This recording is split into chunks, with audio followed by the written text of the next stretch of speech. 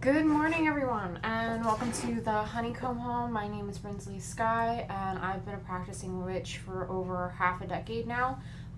So in this episode, it's gonna whoa earthquake. Okay. In this episode, it's gonna be pretty chill. Just sorry, this table is like super wobbly, and I do not know why. I apologize for that. So I'm just going to be answering people's questions, getting updated with everything that's kind of been going on and all of that fun stuff. Hello.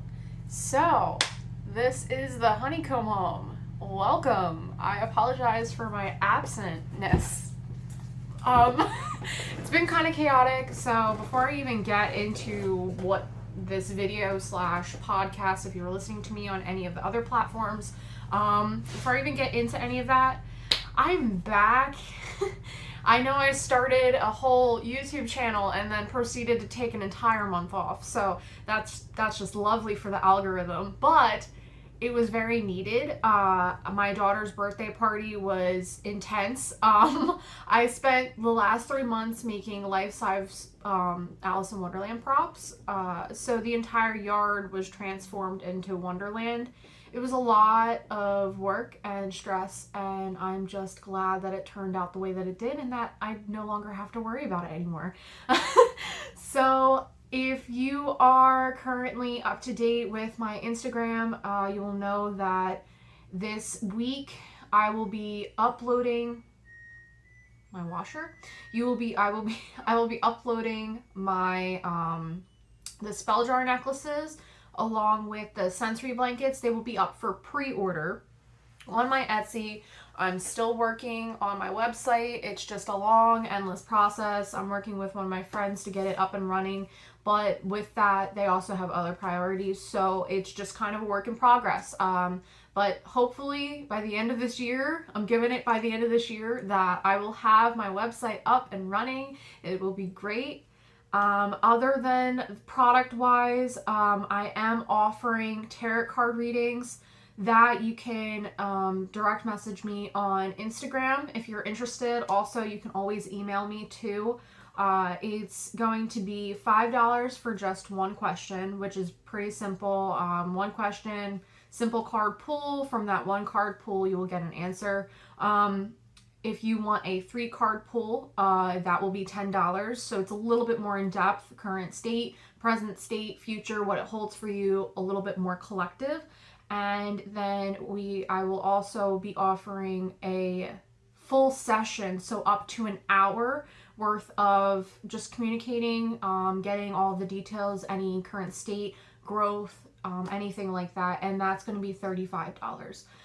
If you do wind up going through with a $35 session, there will be follow-up sessions that will be available for whatever we did. So in 2 weeks or whatever time you would like, it would be $15 for about like 10 minutes just to follow up with whatever we discussed during our session. So those are the things that I am offering as far as that's concerned.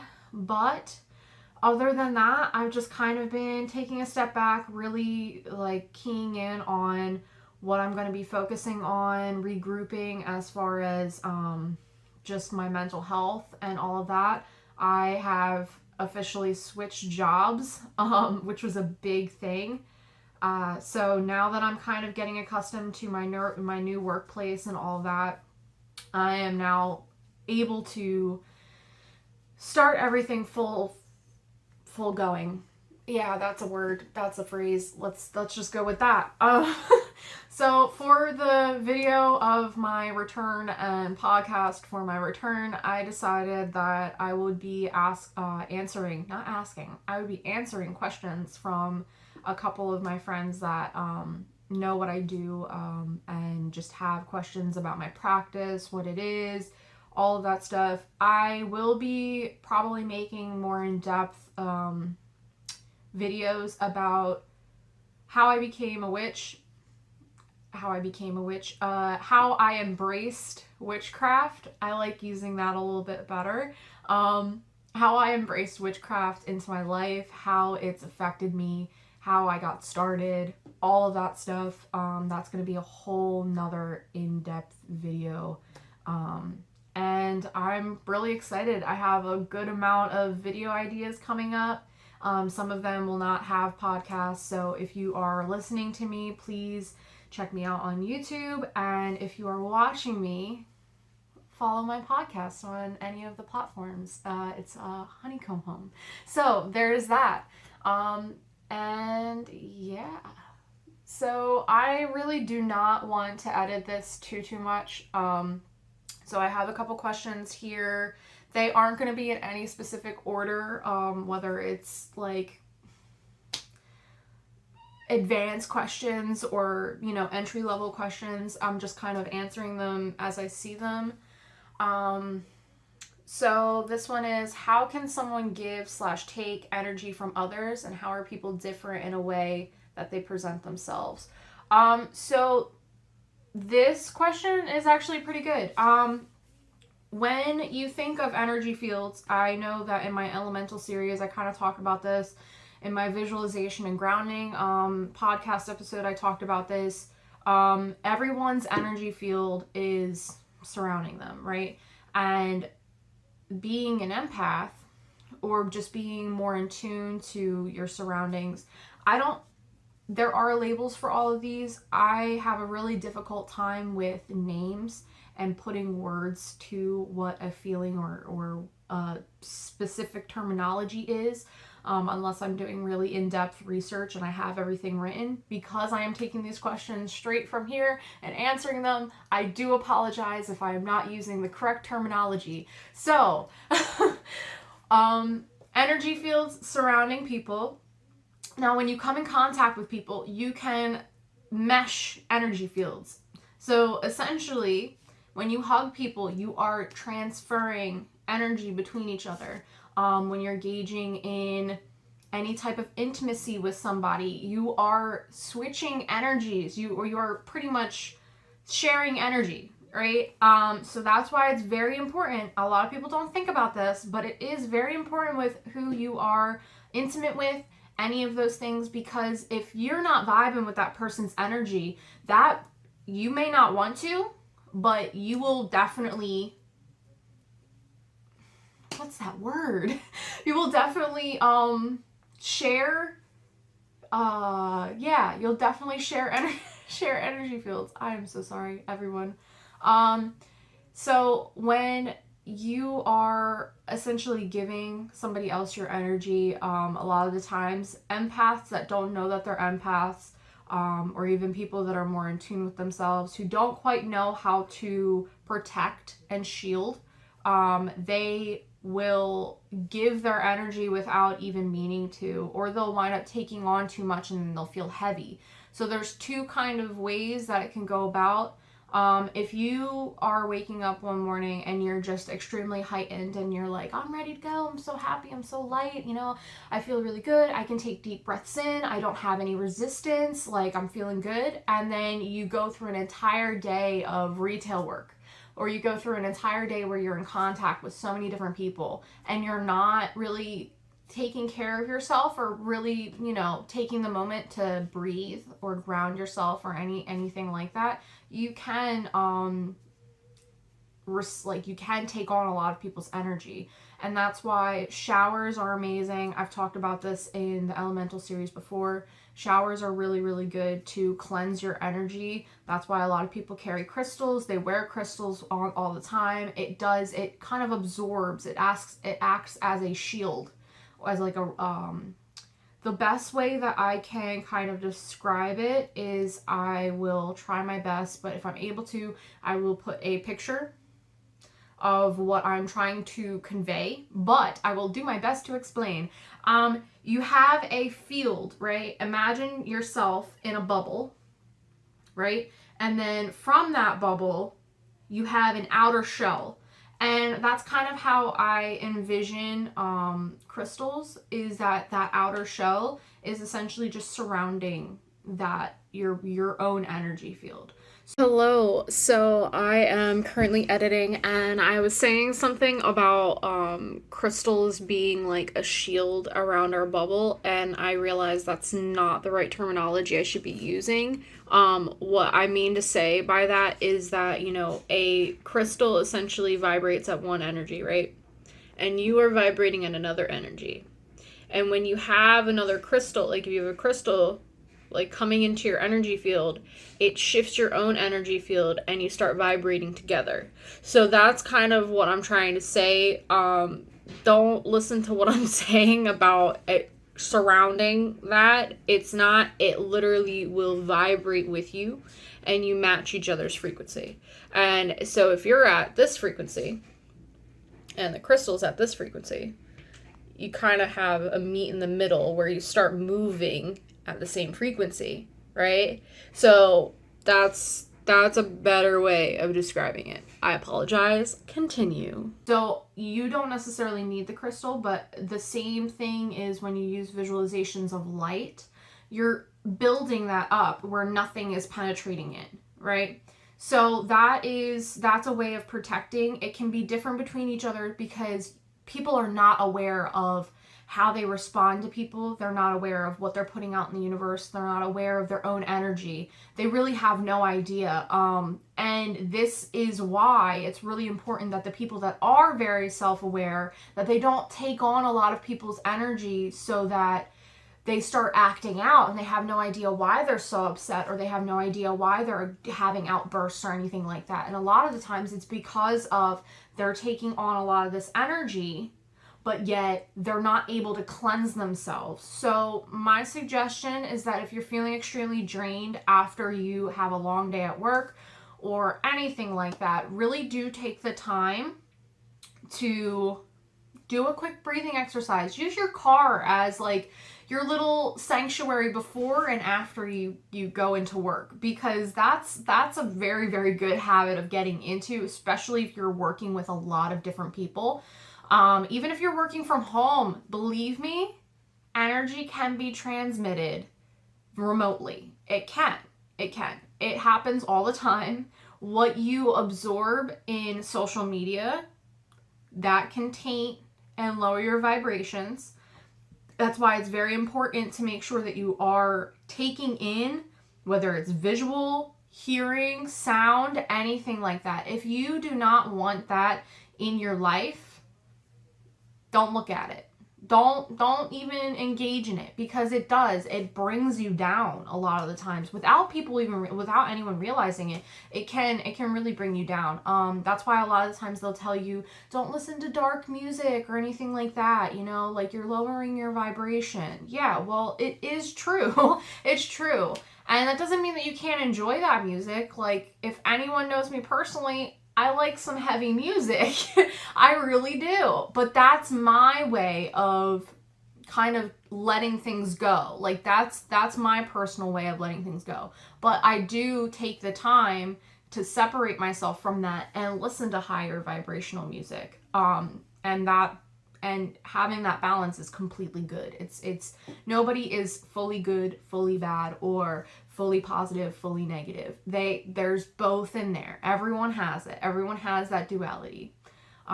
So I hope that answered some of the question. I know I went on a little bit of a tangent. Next one is how to cleanse yourself. There's so many ways. Sound, water, air, grounding, visualization, crystals, smoke cleansing, all of these things. This could have a whole video in itself, which I might do just to be a little bit more in depth, just to put everything in one video. But cleansing yourself is one of those things where it's really up to how you feel. It is something that you may not necessarily think of, but if you are thinking, I'm kind of feeling a little heavy, I think I might need to let go of some things, or I need to cleanse myself. My personal preference is visualization, and I also really love doing smoke cleansing. So those are the two things. And I have a lot of, I visualize things a lot easier than I feel I do anything else. So that's the reason why I use visualizations. So with a visualization, for example, when you are visualizing that bright light surrounding you, start seeing what's heavy. So if you have like black sludge or like anything, like if you feel like that's what it looks like, literally picture that exiting your bubble. Like picture it seeping out, all that black smog, like picture it exiting your bubble, your bright bubble. Just picture it like just expelling out, whether it's shooting out or oozing or like whatever it is. Just, and then keep your breathing the way it is, and every single time you have an exhale, really like feel it, sigh it out, go like really do deep exhales. And I'm telling you, you'll feel a lot lighter, whether it's the breathing exercise or anything like that, but you feel a lot lighter when it comes to doing your breathing like that, and as well as doing the visualizations. Another good thing is visualizing cord cutting. Cord cutting is a ritual where you may feel tied to a certain somebody, or even it doesn't even necessarily have to be that you're tied to this person. If somebody is in your environment, I don't know, you probably experience this. If you're like, you woke up one morning and you're out and about, and then all of a sudden somebody wakes up and they enter your space, and you can start feeling that other person's energy.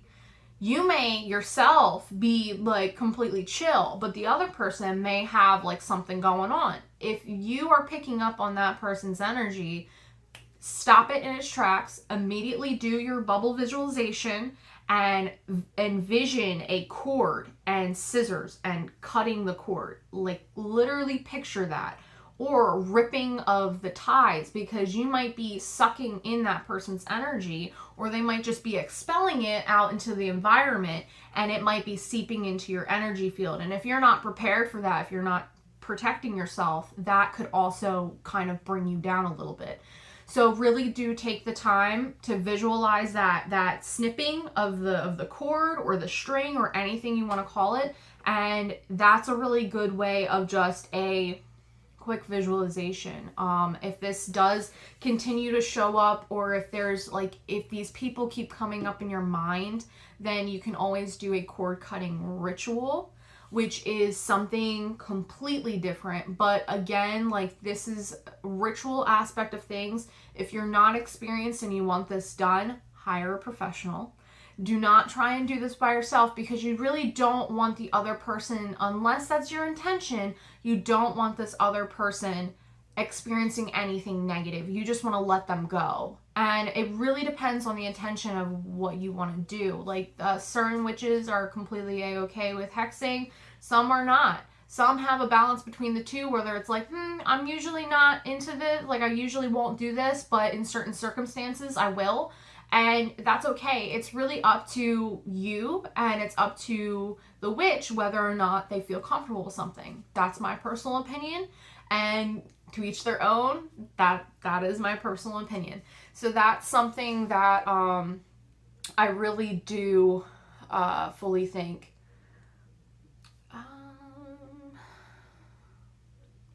So where to start as a beginner? Or where I started. So where I started, holy cow, I couldn't even tell you, to be honest, because again, like I think I've mentioned this before, I've been a witch my entire life. Things have always come to me, I remember being 4 years old and just loving the fae. I loved fae, I loved fairies, I loved making fairy houses, I loved playing outside and interacting with little creatures and things like that. And so like that started for me very, very young. And it kind of just progressed. Things just came to me. Like, and I'm not even meaning that in a weird way. I remember we were cleaning out the attic the one day, and there was a book. It's called Numbers in Me. It's an old book. I actually have it upstairs. And I was obsessed with it. I thought it was so cool that I could take my name and find my name, my number for my entire name and it would have a meaning to it. Like, and I was like maybe like 7 years old, 6, 7 years old when I found that book. And I remember I was talking to my mom about it the other day. I literally would go around and take people's names down and figure out their numbers, and I would give them their number, and I would be like, oh, this is what your number means. This is what it means. And I religiously carried that book with me everywhere. And then I think I was like 10 or 11 when I was at a yard sale at, no less, church. I had a yard sale at church, and one of the vendors there was selling tarot, it had a tarot card pack on there. I still use them. Those are my personal use, and I use them for sessions. If you've had a session from me, you know which ones I'm talking about. And those cards, I was like, oh, I love the illustrations. I knew kind of what they were. My mom had a reading somewhere that I kind of was just like observing one time, and I thought that was so cool. And but my grandmother actually bought the tarot cards for me, and I thought that was insane. Like, I just was looking at them because I liked the pictures, but it was drawn to me. Like, I really just did not want to let them go. Like, I just wanted them so badly. And my grandmother wound up buying them for me. But it's really, that's kind of how I got started into things. It didn't really pick up for me as far as technicality and research until, I want to say, maybe like 3 years ago. Like, in-depth research didn't start until 3 years ago, which I would say is probably around the time where I started hearing things. Not hearing things, relax. I started having the ringing of my ears. I started, picking up on more synchronicities that were coming my way. It was insane. Like, it was like a huge, like, slap across the face. Like, oh, hey, the world that you live in? Yeah, it's not what you seem. And like that for me was like a big wake up call. But as far as getting started, as a beginner, follow what calls out to you. You don't have to know everything all at once. You don't have to do like full things. If you're like really drawn to lighting candles, look into candle magic. Candle magic is absolutely fantastic. It is beautiful to me. I think that it's really, really cool. And every aspect of witchcraft in general, you don't have to learn it all. And it doesn't have to be interesting to you. I have a very hard time with crystals. I'm starting slowly. It's starting like, I'm like, oh, that's kind of nice. I want to know more about this. But I couldn't tell you anything about crystals. Tarot cards, I got you. Herbalism, I got you. Like sewing and seamstress magic and what's that called? Flipping through the words. It starts with a T. Textiles, yes. Textile magic, things like that. That's like something that I'm very, very drawn to at the moment. Hence why I am making baby blankets and things like that with magic sewn into them. But it's really whatever you're drawn to. And then you just start researching it and start doing any like just more in-depth stuff. And just taking it little by little. There's so many. I'm actually going to probably do like a little TikTok video or something like that of, what's it called? Of, reliable sources as far as videos are concerned. So, the Hearth Witch, Mint Fairy, there's a lot of like really, really good, witches that post videos on YouTube that are just phenomenal, that really, really helped me when I started learning about Sabbaths and things like that, because like that was calling out to me that I wanted to do more deity work, all that stuff. There's so many reliable witches out there that you can follow. And I'll probably link a couple of them in the description, or I'll have like a whole separate video. So, but yeah, it's when it comes to beginning things out, it can be really, really intimidating on where to start, or if you're doing things right or anything like that. The self-doubt is going to be your biggest thing to overcome. your self-doubt, and because it's not something that you think is real until you experience it. And then when you experience it, it's almost like you feel like you're not, like you're insane, that you're crazy. But I'm telling you, there are so many people that share your experiences, and you cannot be afraid to speak up, because the less you take the time to speak up and ask the questions and really, really like try and become more in tune with yourself, it's that self-doubt is just going to keep coming in, and it's going to prevent you from growing in your craft. And that's why validating yourself is fantastic. You want to sit there and remember your dreams every single night. I'm going to remember my dreams. I am going to remember my dreams, and constantly setting the intention of what you want. I want to remember my dreams. That's something that I want.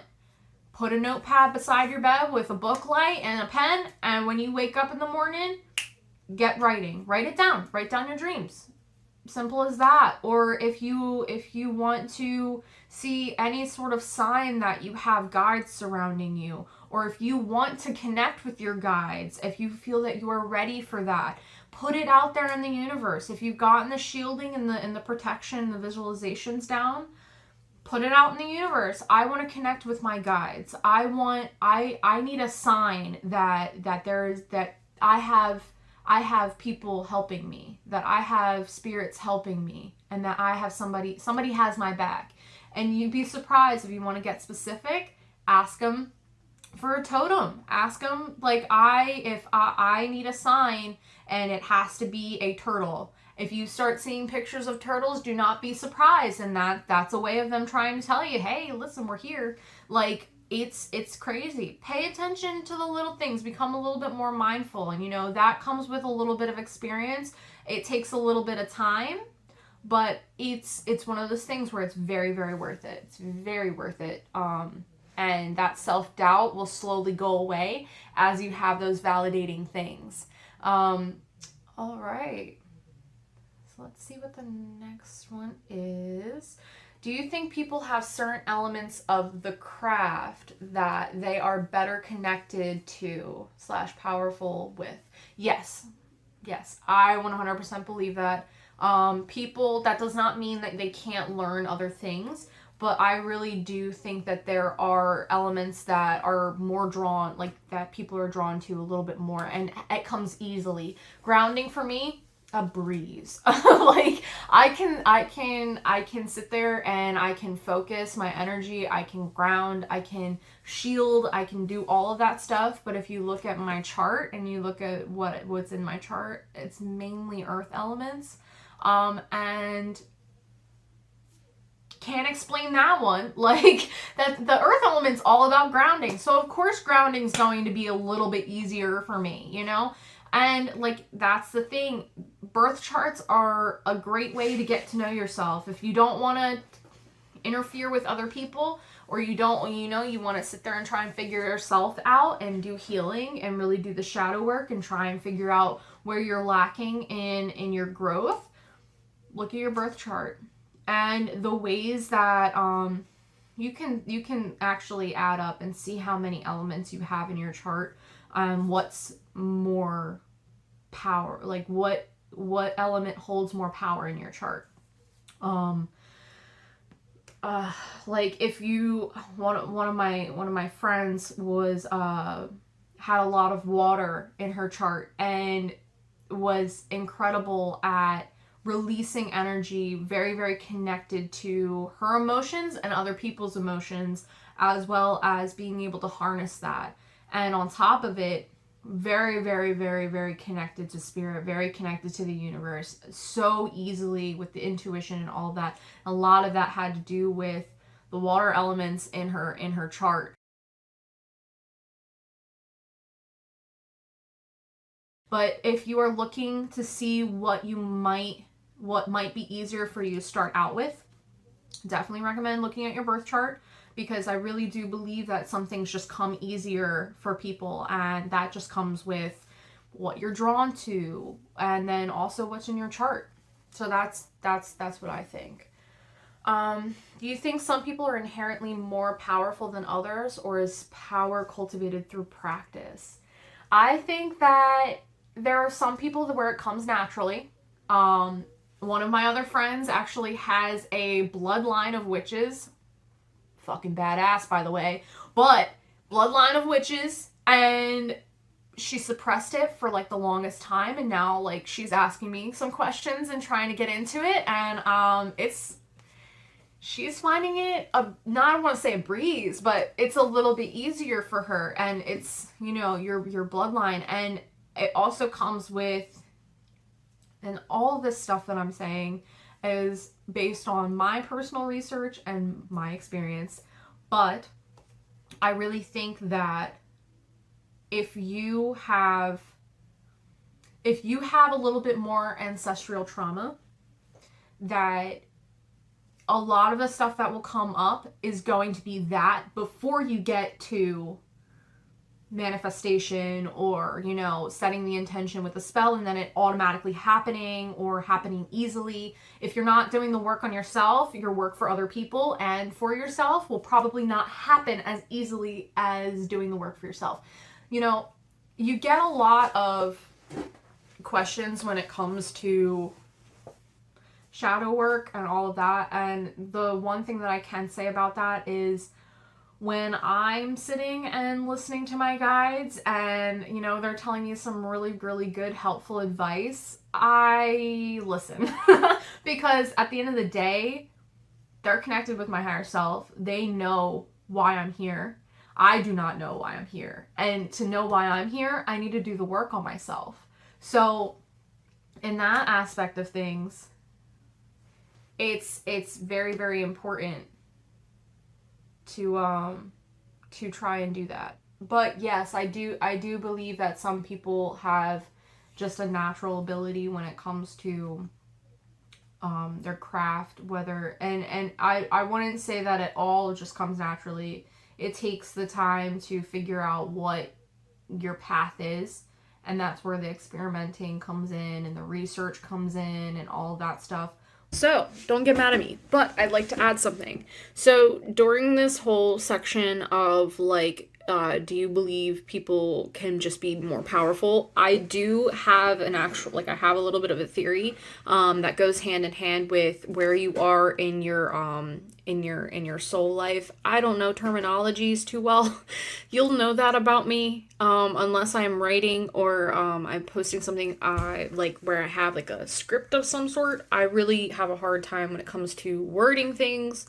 But meaning that whenever we come back to Earth and live out our lives, we are essentially further along in our learning process. So in this life, I am learning whatever, right? But in my previous lives, I've already learned something else, right? So I actually truly believe that lines of ancestors that have maybe not have already broken their trauma and their curses and their experiences and overcome all of that and learn from it. I believe that those people have a tendency for things to come a little bit more naturally to them. That does not necessarily mean that if, say, my great-great-grandmother did something or whatever, that I would not be experiencing that, because I would, but say all of that trauma has already been processed and kind of brought to the table, I may actually find it a little bit easier to embrace my craft and embrace my intuition and all of the gifts that I've been given, because everybody has the ability for these gifts, but some find it easier because they may have processed that trauma already. Meaning, say, like, it's not necessarily like I'm processing it right now, but say my ancestors have processed their trauma and now I am just living out my life. So that is another reason why doing the shadow work and really doing the deep diving of yourself is really important, because, you know, when everybody gets passed on, as we reach the age of Aquarius, we're going to be living in harmony. And, like, that's kind of the whole thing is that as we're processing all this and processing all that previous trauma, essentially it is living out and being able to access those gifts. So that's kind of maybe a little insert. Sorry, continue. You can get more powerful through practice. There's no doubt about that. But practice is key. You have to practice. You have to figure out, okay, well, this didn't work as well as I wanted it to. So what do I need to do so it works a little bit better? Revisiting things, documenting everything. Literally document everything. It does not matter. I kick myself so hard with things that have like worked so well for me, but I did not take the time to sit there and document exactly what I did and how I set the intention and how I grounded myself or how I did this or how things were. And, you know, I'm kicking myself because if I wanted to, say, do that for another person and it didn't turn out as well as it did before, I have no documentation of how I did it, how it was done, like how well I planned, researched when it was done, the time it was done. All of that stuff matters. You know, it really does matter if you are paying attention to it. If you don't set the intention, or if you don't actually sit there and say, okay, this time of day correlates with this, and, you know, this moon phase correlates with that. So I'm going to plan my ritual or plan my spell around this time on this moon phase. If you're not sitting there and actually doing that that analytic work, it won't really necessarily matter to you too much from my personal experience. But if you take the time to plan all that stuff out, right? And you do it, and then it actually helps and you get the result in which you want, and you don't document it, you're not gonna remember. Believe me, you are not gonna remember. So that's something to keep in mind. Documentation is key. What I suggest, I have way too many journals. It's absolutely ridiculous. But I really do suggest that if you do not have a grimoire, that you have a grimoire and then you have a working grimoire. So I actually have one with all of my information and like kind of like a reference guide, one big reference book. And then I also have a working one, which I do all of my spellcraft in, my kitchen witch stuff, like all that stuff is in a separate book that I write down, process, when, how, all of that stuff. So probably gonna do like maybe 2 more questions and then wrap up, but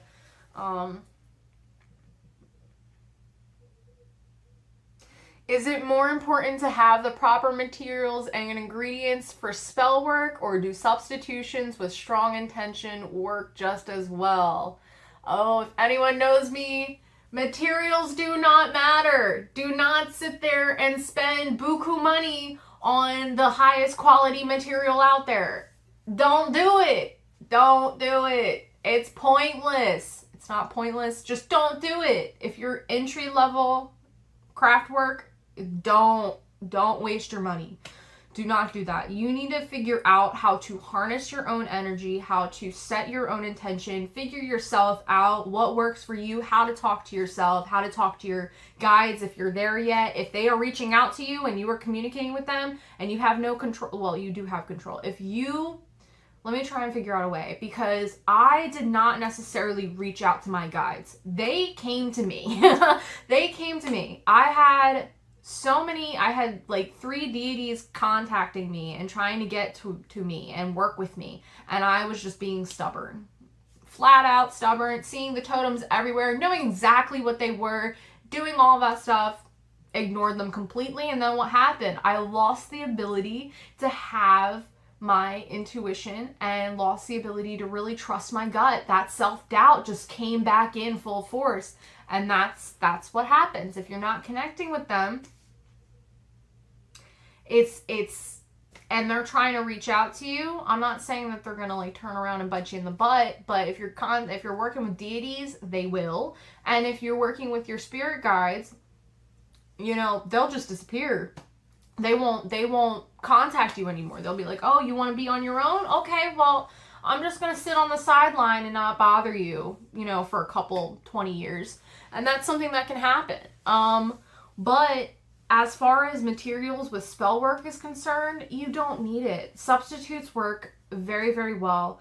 I'm sure you'll see a lot of people say quartz is like the best crystal for everything. You can literally set the intention and use it for everything. And there's so many other things that you can use. In my elemental series, the 2 videos that I have, and then of course my podcasts, really do go back and look at them, because those elemental work is very, very easy to incorporate in your spell work. Using that without materials is even easier. And using that along with what your intentions are, because each element has things that fall into it. Love, passion, emotion, anything that you were looking for, you can literally use an element and bring that in to make your spell a little bit more powerful. When it comes to materials, yes, you can use them, but again, like, it's really up to you. Like, if you don't feel the need to use candles in your spell work, don't use candles in your spell work. You don't have to. You don't have to. If you want to, you know, there's so many different ways. Like, I literally started out in my physical craft, because I don't know if I've talked about it too much, but I really did a lot of mental planar work. I did a lot of planar work. I did a lot of like lucid dreaming, a night work, all of that stuff first before I got into a physical craft. But with the physical craft, again, it's really up to you, like whatever you feel calling to you. And that's not to say that you shouldn't go out and buy, you know, a cauldron or go out and do things. But I'm going to be completely honest with you. I didn't purchase a cauldron until maybe like 6 months ago. Like, I didn't feel the need for it. I didn't see the need for it. I literally had a bonfire, and I would use that as my charging element, like as my charging vessel, you know. I didn't have the ability to burn anything in a cauldron inside or do anything like that. Like, if there was a bonfire or anything like that, I would just set my intention, right, you know, do sigils on bay leaves and toss them in. There you go. Boom. Like, it's all about your inner power, setting your intention, charging something with your own energy, and seeing what happens, you know, seeing how the universe responds to you. And again, this is my own personal experience as my craft. This is going to look differently for everybody, and I'm sure that there's so many other witches out there that are probably listening to me or may listen to me and be like, oh my god, she has no idea what she's talking about. You can fully agree to that. That's perfectly fine. You're entitled to that. But I will tell you right now, I know my power. I know what works for me, and that's why I am here. That's why I am sharing it with other people, is because I know that I sat there when I was like 13, 14 years old, like, oh my gosh, this is so cool, but like, I don't have a cauldron, and like, I don't know where to find books, and I can't really find too much research online, and the only thing I can find is Wicca and like Sabbats and things like that, and that seems like a lot of work to know everything, and like, I have no idea, like, I don't know where to get all of these fancy herbs, and I don't know where to get, you know, a mortar. I don't know where to get anthem. Like, that was the other thing. The setup of an altar, you don't need all of that. Like, an altar is a sacred space for you to work, and you do not need everything symbolized. You do not need a goddess statue. You do not need an anthem. You do not need water symbolized. You do not need a cauldron. You do not need anything like that. If you want to build an altar, things that are passionate and important to you, place them on your altar. Place them on a little side table. A side table can be an altar. I am so big on not spending a lot of money in your craft, because your power is within. You are powerful. You were born to do this. Your whole destiny is embracing your inner power, whether you want to label it as spirituality, whether you want to label it as witchcraft or prayer or anything like that. Those things you were born to find out about yourself. You were born to find your inner power, and No amount of material or ingredient or anything like that is going to take that away from you. And that's why it's so important to figure that out for yourself, so that when it's time, or when you feel the necessary need to find like materials or ingredients or a physical craft, whether that is herbalism or you know, kitchen witchcraft or anything like that, you feel prepared. You don't have that, oh, well, I'm not sure if I'm doing this right, because you'll sit there and you won't necessarily second guess yourself as much, because you know that you have the power. You're just adding physical ingredients to it now. You're just adding a physical element on this plane that you can touch, that you can feel. And those things are going to be even more powerful because you've taken the time to find your own power. And I think that's the best way that I can really explain that to you. There are a couple other questions, but I think I'm going to save them for a TikTok video. I think I'm just going to rapid fire answer questions on TikTok. And I really hope that all of this information was not so overwhelming. I'll probably put timestamps in below, like down below, with where, you know, I answered certain questions and all that, just to make it a little bit easier, since this is a pretty long video. That way, if anybody who's watching that has asked me a question, they can easily find it. And yeah, don't let anybody tell you what your power is, because you are powerful no matter what you practice, who you are, what you look like. Embrace yourself. Find yourself and embrace it wholeheartedly, because at the end of the day, the universe has your back. The people that are surrounding you are there for a purpose, whether it's to teach you a lesson or whether it is to guide you in some sort of direction. It really depends. And if you do not like the people that are around you, you have the ability to change that. Nothing is set in stone. You have complete free will. You have control over your entire life. And you choose your life. You choose your destiny. And finding your inner power is the start to all of that. That's all I have to say. This has been a beautiful video. I really, really, really, really, really enjoyed making this. I hope that you guys have either fallen asleep by now or just have me running on in the background. That would be lovely.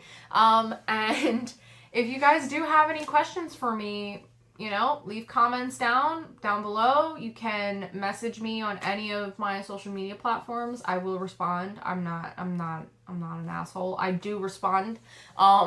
And I will see you on Friday, because I will be making weekly reading videos. So if you've been following me on Instagram, you probably have seen that I've been posting weekly readings lately, and I want to make videos connected to them. So that's going to be a thing, and I'm actually pretty excited about it.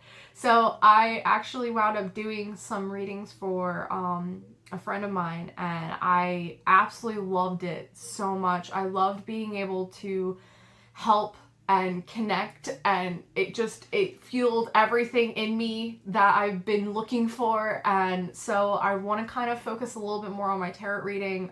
It's just something that's kind of been calling to me a little bit more.